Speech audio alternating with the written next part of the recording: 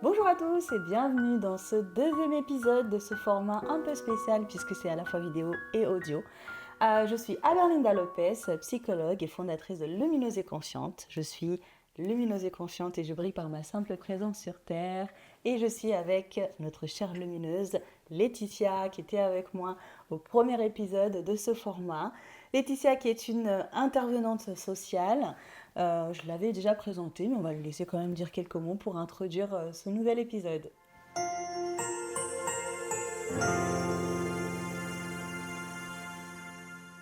Bonjour à tous, donc Laetitia, lumineuse et consciente de la première session Renaissance. Donc j'y ai participé en 2023. Quoi vous dire? Donc je suis intervenante sociale auprès d'un public de jeunes, dans un collège et un lycée, et plus particulièrement avec également aussi avec des étudiants, mais majoritairement avec des collégiens et des lycéens. Et dans cet épisode, nous allons parler de femmes et plus particulièrement de l'émotion au féminin. Comment s'autoriser à ressentir et exprimer ses émotions. Alors Laetitia, c'est un sujet qui nous concerne toutes, forcément, qui concerne tout le monde d'ailleurs, hein, les hommes aussi ont des émotions, hein, mais c'est juste qu'aujourd'hui on va se concentrer sur les femmes. Laetitia, toi comment déjà tu pourrais me parler de cette thématique déjà en tant que femme, les émotions, comment les ressentir et comment les exprimer? Aujourd'hui, je trouve qu'on est beaucoup dans deux opposés. C'est-à-dire que c'est soit on s'exprime beaucoup, soit on s'exprime pas du tout. Alors, pourquoi ça, je ne sais pas. D'ailleurs, c'est un grand mystère, mais en tout cas, c'est vrai que je trouve qu'il y a c'est ce grand fossé entre l'hypersensibilité, où on utilise beaucoup ce mot d'hypersensible, et de l'autre côté, parfois aussi, certaines femmes peuvent paraître froides. Enfin voilà. Moi, de mon côté, mes émotions, c'est facile pour moi de m'exprimer, voire même parfois je le fais trop, parce que j'ai malheureusement un visage qui parle. Et malheureusement, heureusement, parce que parfois, c'est un outil pour moi, notamment dans mon travail où mon empathie est encore plus visible. Mais mon soutien, enfin voilà, c'est quelque chose qui peut m'aider. Mais de l'autre côté, parfois, ça peut donner lieu à des interprétations qui me font un peu défaut et où tout de suite il faut que je rectifie. Mais enfin voilà, en tout cas, me concernant, je trouve que me concernant personnellement, c'est quelque chose qui est facile, mais en tout cas dans la société, je trouve quand même que c'est quelque chose où soit on est hypersensible, donc on déborde, Oui, oui. soit on coupe tout, on dit plus rien, et du coup malheureusement on montre une certaine froideur. Exactement, et c'est intéressant ce que tu dis, parce que tu dis que pour toi c'est facile, donc de la manière dont tu le vis, c'est facile, Oui, mais du coup ce qui est pas facile, c'est la manière dont c'est perçu. oui, Parce que totalement. du coup, comme tu dis, c'est soit trop, soit pas assez. C'est surtout la société qui nous renvoie ça, hein, cette histoire Oui, d'hypersensibilité. La femme qui va pleurer, par exemple, au travail, mais voilà, c'est limite, c'est la fin du monde. ouais. La femme qui va, par exemple, s'énerver parce que la charge mentale est telle que, peut-être qu'elle en a marre et que la colère est montée Ouais. trop haut et que donc elle s'énerve. D'une façon, on va la traiter d'hystérique. C'est vrai que je pense que nous-mêmes, à l'intérieur de nous, bon, c'est compliqué de gérer certaines choses parce qu'il ne faut pas oublier que nous avons nos hormones aussi. Ouais. Nous ne sommes pas réglés de la même façon que les hommes, même si les hommes aussi ont leurs hormones. Ce sont des hormones complètement différentes. Scientifiquement, déjà, il faut gérer Ouais. certaines choses. Ça dépend un peu de la période du mois pour certaines. Voilà, il y a des choses à prendre en compte. Mais le plus dur encore, c'est ce que la société nous renvoie, ce que les autres nous renvoient par rapport à nos propres émotions. Quand tu dis que tu es expressif, c'est tant mieux. En fait, c'est naturel, hein. Les émotions sont tout à fait naturelles. Donc, de les ressentir déjà, avant même d'exprimer, on parle déjà de le ressentir, c'est tout à fait normal de les ressentir. Ça serait justement anormal de ne rien ressentir du tout. Donc, le ressenti, je pense que tout le monde l'a et l'accepte. Par contre, effectivement, de l'exprimer, c'est difficile parce que oui, effectivement, la société nous renvoie à cette histoire de soi, on est hypersensible, donc fragile, hein, en plus, Oui. parce que l'hypersensibilité renvoie pour beaucoup de gens à la fragilité, alors que ce n'est absolument pas ça, vraiment. L'hypersensibilité est une force incroyable. Et si on est très connecté, qu'on écoute son hypersensibilité, on peut développer des choses vraiment Et sans incroyables. rentrer aussi dans l'hypersensibilité, parce que moi, c'est un peu ça aussi qui me fatigue, Mais- je vous avouerai. Pour ma part, moi, je pense me mettre dans la catégorie des personnes sensibles et on m'a souvent renvoyé que c'est quelque chose de négatif, qu'il ne fallait pas, voilà, que c'était en lien avec la fragilité, comme tu disais tout à l'heure. Et au final, bah, mon métier m'a montré que bah, c'était une force. Parce que de nouveau encore, tout à l'heure je vous parlais d'empathie avec mon visage qui est très expressif.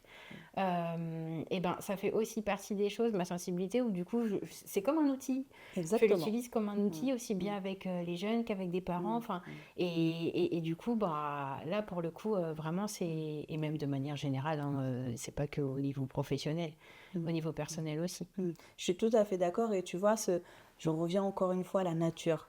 La femme porte l'enfant, porte le bébé. Donc naturellement déjà, on a une sorte de pouvoir. Oui. Moi, je le prends comme un pouvoir. Donc, tu vois, moi, par exemple, quand j'ai accouché, émotionnellement, j'étais incroyablement instable. Je me faisais peur. C'est-à-dire que mon enfant pleurait.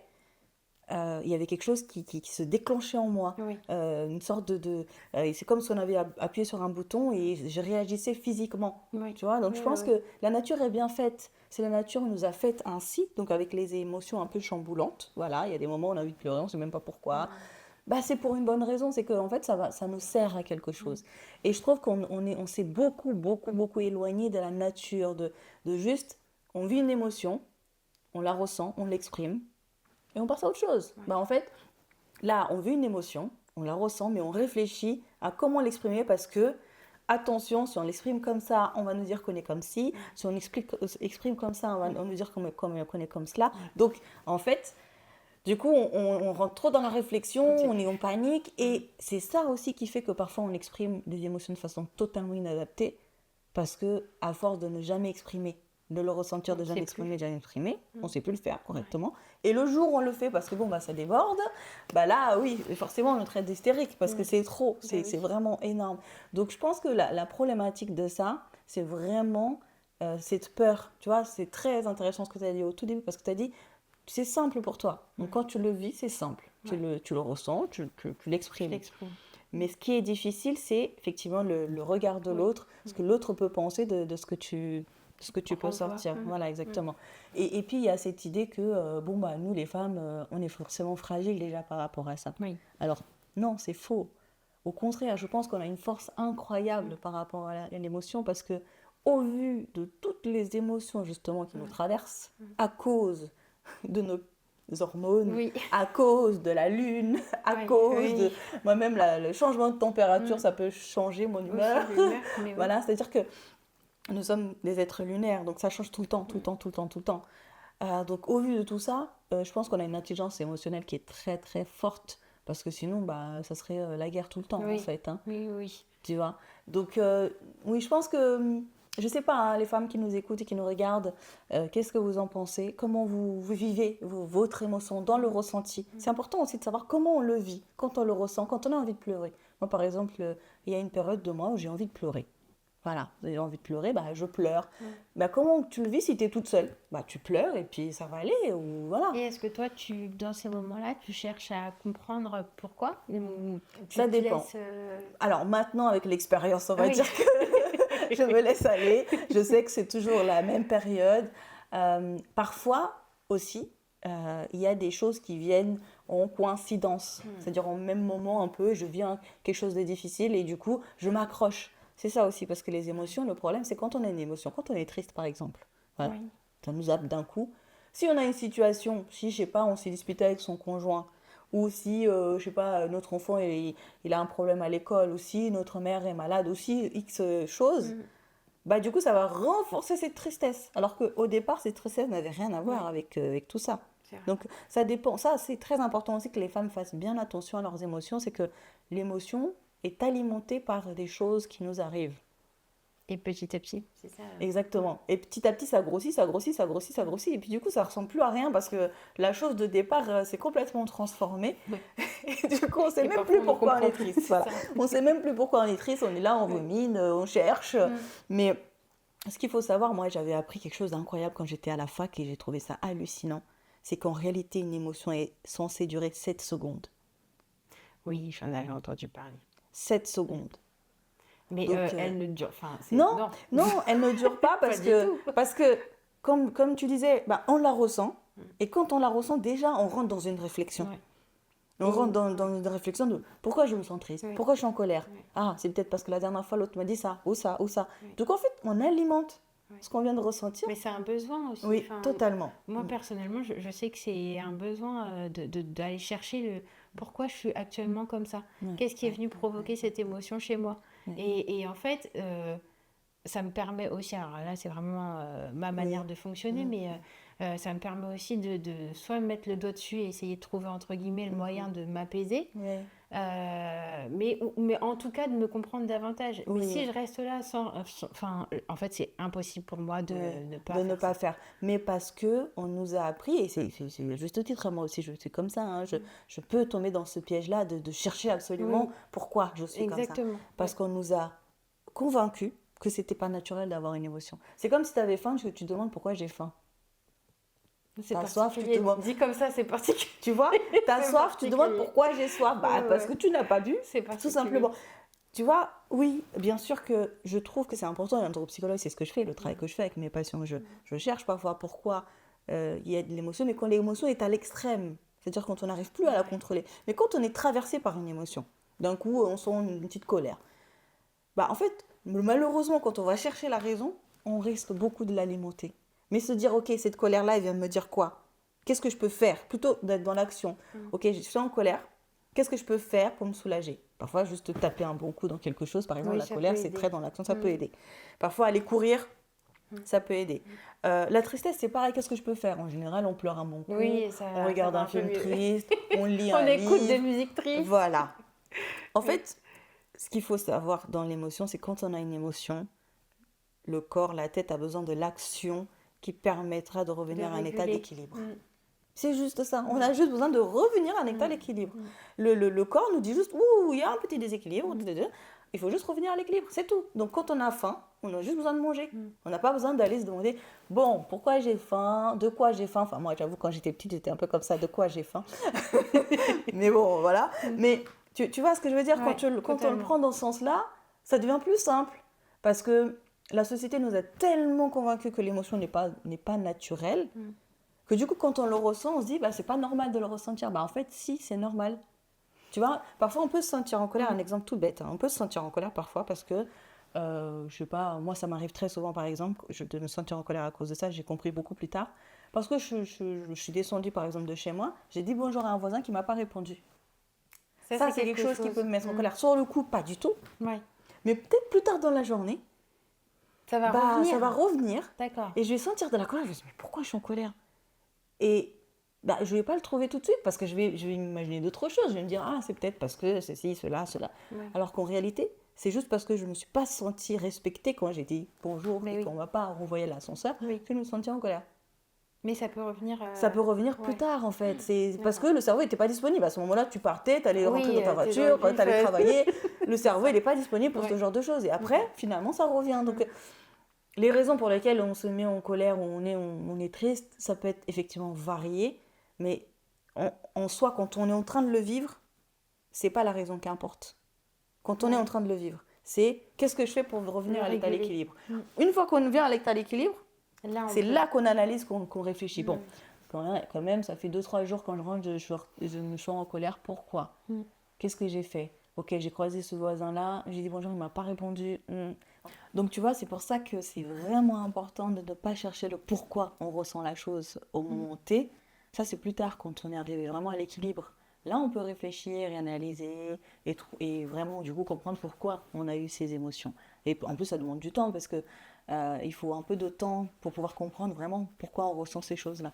Et se laisser le temps. Exactement. Ouais. Ce que tu dis, ça me fait aussi penser aux crises d'angoisse qui en plus se témoignent de différentes manières sur chaque personne. Exactement.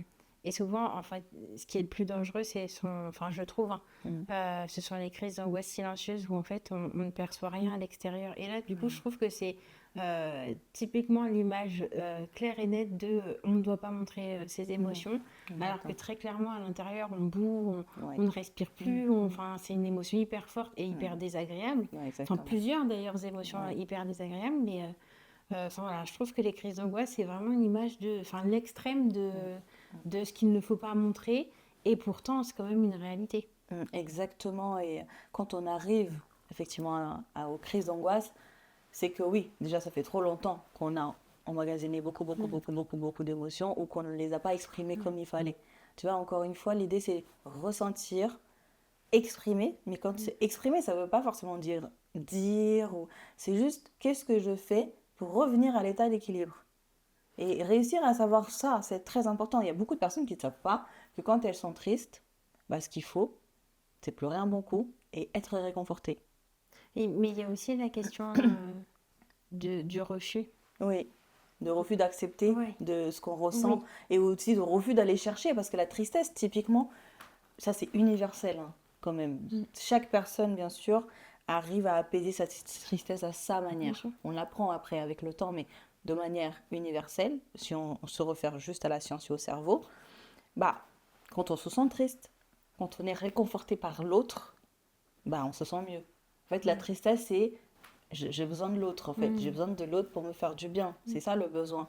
La colère, à contrario, il faut peut-être surtout pas que l'autre soit en face de moi. Oui. J'ai besoin d'être tout seul, j'ai Le besoin seuil de m'isoler. de m'isoler et de sortir quelque chose tout seul.